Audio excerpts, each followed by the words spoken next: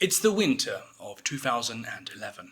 In the Russian city of Nizhny Novgorod, about 250 miles east of Moscow, police are coming to the end of a long, disturbing investigation.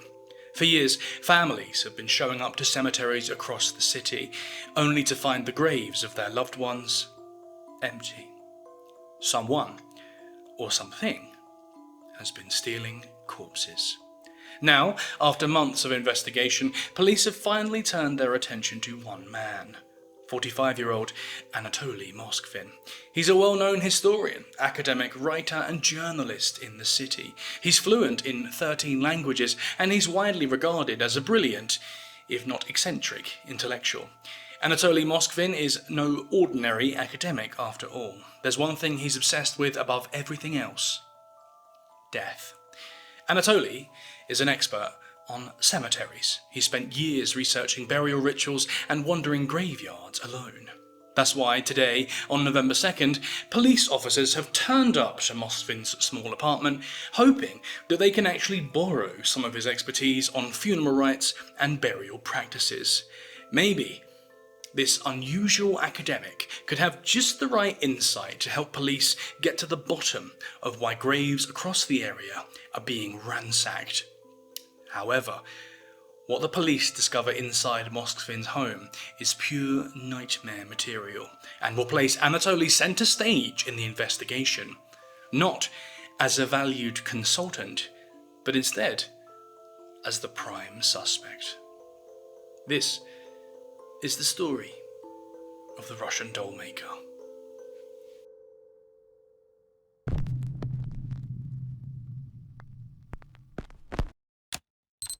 With their video cameras rolling, the officers step up to the door of Anatoly Moskvin's apartment and slowly push it open.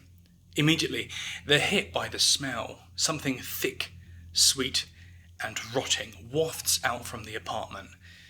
It makes the officers gag. Once inside, they see that the place is a mess. Piles of books, clothes, yellowing newspapers, and old carpets are stacked and scattered across the floor. The officers can barely move without stepping over something. And then, from the corner of their eye, one of them sees it. Something that doesn't quite belong. It's a face staring at them from inside Moskvin's bedroom. It has 2 narrow slits for eyes and 1 for a mouth. It's a doll. As the investigators enter the room to take a closer look, more faces begin to appear. Another doll, then another, and another. They're everywhere. Some sit propped up on piles of books and papers. Others lounge on the sofa. A few are perched neatly on shelves, while others lie in heaps on the floor, their heads resting against one another. These aren't normal toys, though. They're almost life-sized, and they're at least a few feet tall. To make things weirder, they're all dressed up. Some wear stockings and mittens, others are wrapped in scarves, shawls, or frilly, brightly coloured dresses. Many have boots or delicate slippers on their feet. All of the dolls have been carefully arranged, and there's something deeply wrong with them. Their limbs are stiff and twisted, bent at awkward angles. Their faces are caked with makeup, painted with crude, lifeless smiles. Some have buttons for eyes, others have lids sealed shut, like they've been that way for a very long time. They look real. A bit too real, in fact. Each doll's face and body is wrapped in layers of cloth. At first glance, it's impossible to tell what's underneath. One officer leans in and carefully peels back the fabric of one of the dolls. Their fingers brush against something dry and leathery. It's not plastic. It's not ceramic either. They freeze, and as they start to connect the dots, they pray that they're wrong. The empty graves, the desperate families searching for their loved ones, the smell, the texture of the skin, and the unnatural twisted limbs, all of the faces staring back at them from the corners of the room and next to their feet. These aren't dolls. They're corpses. All of the dolls in Moskvin's apartment are corpses. The policemen are surrounded by the missing dead. Anatoly Moskvin has been stealing these bodies. He's been turning them into dolls, arranging them, even playing with them. And these aren't random victims either. There's a pattern, one that matches the incidents the police have been investigating for the past year. All of the missing corpses were those of young girls. And now, in this dirty, cramped apartment, the truth is growing clearer. All in all, from Moskvin's bedroom to his garage, police find 26 dolls. All corpses, all stolen young women. Police will later confirm that ages range from infancy to women in their mid-20s. With the cameras still rolling, officers notice even more disturbing details. As one reaches out to touch another doll, they recoil in horror as faint music suddenly begins to play from inside its chest. Pulling the fabric, they discover a little music box lodged inside the corpse. As the search goes on, officers find more music boxes and toys inside other dolls, nestled into their empty chest cavity. On some, hospital tags are still attached. Others are placed next to fragments of their gravestones. One officer spots something carefully hidden among the dolls. It's not a music box, something much smaller. They pull out something dry and shriveled. A mummified human heart. 9 years before the discovery of Moskvin's corpse dolls, strange and tragic events were already unfolding in the city of Nizhny Novgorod. One family in particular would be the first to start noticing. The Chromova family often visited the local cemetery to mourn their daughter Olga, who died far too young. 10-year-old Olga had been begging her mother, Anatoly Chromova, to let her go outside alone. She wanted to walk to her grandmother's house by herself and prove that she was a big girl. Eventually, her mother agreed, and sadly, it would be the worst mistake of her life. That day, Olga set out for her grandmother's house, and she was never seen alive again.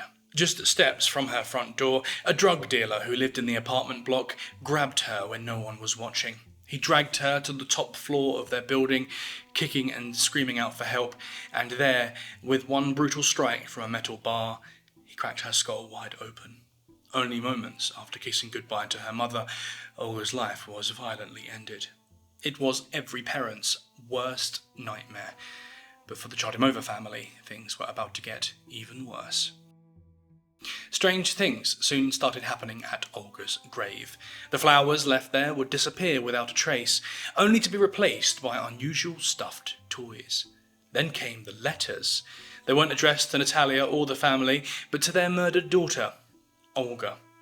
Each letter called her little lady, speaking to her as if she were still alive.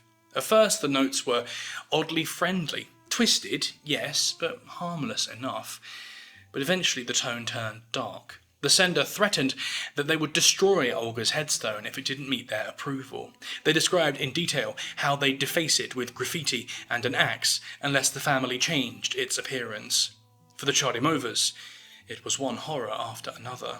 Later, speaking to the press, Natalia recalled, "We shivered with fear each time we went to the grave, not knowing what to expect.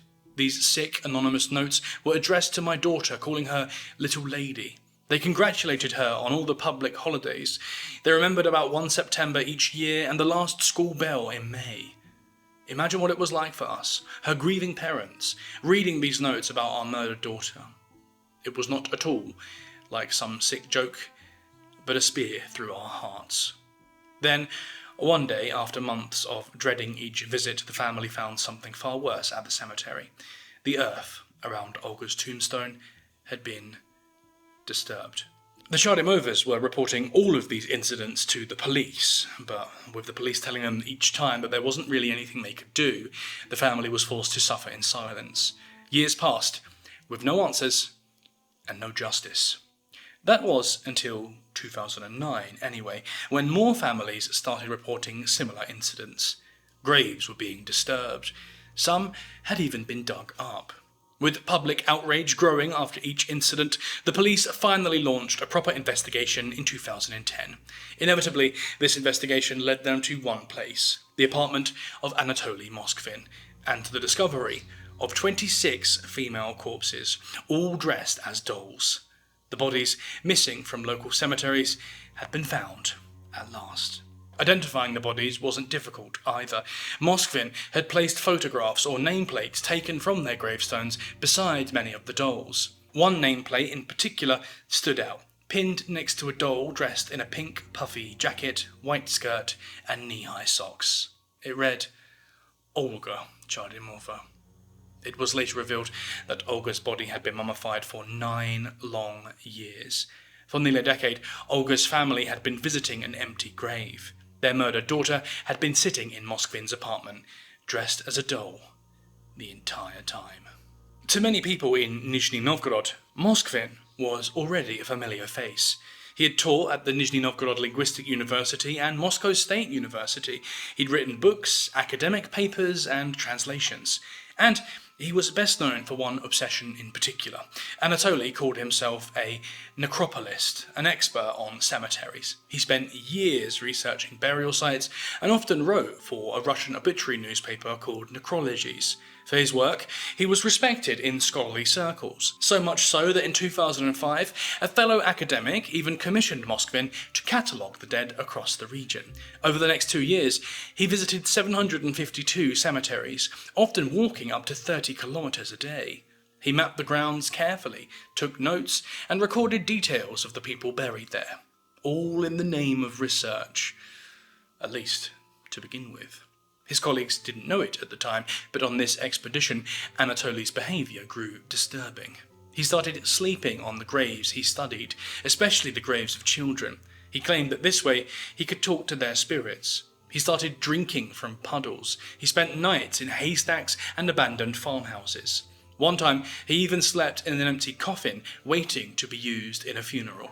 During these years, police had only vague suspicions. They even stopped Moskvin several times. He was questioned about vandalism, but each time he showed his academic credentials and explained his research, he was let go. His cataloguing work remains unpublished to this day, but some editors, like Alexei Yesin of Necrologies, still call it unique and priceless. Nonetheless, away from prying eyes, Anatoly was beginning his collection. He started to dig up corpses of dead girls, mummify them, dress them up like dolls, and carefully arrange them around his home. Though 26 bodies were found in his apartment, investigators believe Moskvin may have desecrated as many as 150 graves. In his final article for Necrologies, written in 2011, just before his arrest, Moskvin recalled a moment from his childhood that helps to explain his motives. It happened when he was just a boy, only 13 years old. Even then, Moskvin was drawn to cemeteries. He would wander through burial grounds and drift aimlessly between gravestones. But one day, while doing this, he witnessed a funeral procession. As he stood watching from afar, he saw a group of men in strange suits carrying a coffin. These men then beckoned Anatoly closer. As he approached, he looked into the coffin and saw the body of a young girl called Natasha Petrova. She was only 11 years old. The strange men then asked him to kiss the girl's face, but when the young Anatoly refused, they forced him to. He wrote, "I had no choice but to kiss where I was told. I did this once, twice, 3 times. They encouraged me and told me to repeat a long spell in Old Russian."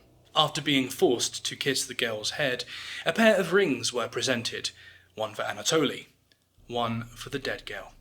Although it was a funeral, to Moskvin, it felt more like a forced marriage. He went on to say that a bond had been formed between him and the dead girl, and she wouldn't be the last. This was the beginning of Anatoly's obsession with death and his desperate quest to bring the dead back to life.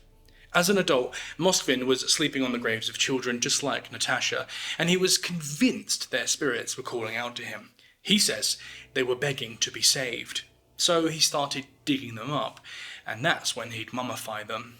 Moskvin claimed to have travelled across Russia, learning preservation and embalming techniques. And he was likely telling the truth. Investigators later found printed instructions in his apartment for how to mummify the corpses, and they saw that his knowledge was disturbingly advanced.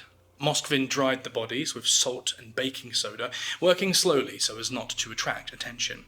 Then he hid them near the graves until they were finished. They were just sitting there, somewhere in the shadows, watching over the grieving families who came to visit their empty plots. Once fully dried, he took the bodies home, opened their cavities, and stuffed them with rags to keep their form. When the corpses started to shrink, Moskvin wrapped them tightly in cloth. Then he dressed them in doll clothes. He didn't stop there. He drilled holes into their skulls to create eye sockets, sometimes inserting buttons or glass eyes. He painted their faces with layers of makeup, added wax masks, or even attached actual doll faces. After all this stuffing, wrapping, and decorating, the bodies were nearly unrecognisable. So much so that even Moskvin's own parents, who lived in the same apartment, claimed they never knew the terrible truth. They thought that their son was just eccentric, that his hobby was collecting life-size dolls. An odd, but ultimately harmless quirk. Elvira, Moskvin's mother, later told the press, "We saw these dolls, but we did not suspect there were dead bodies inside.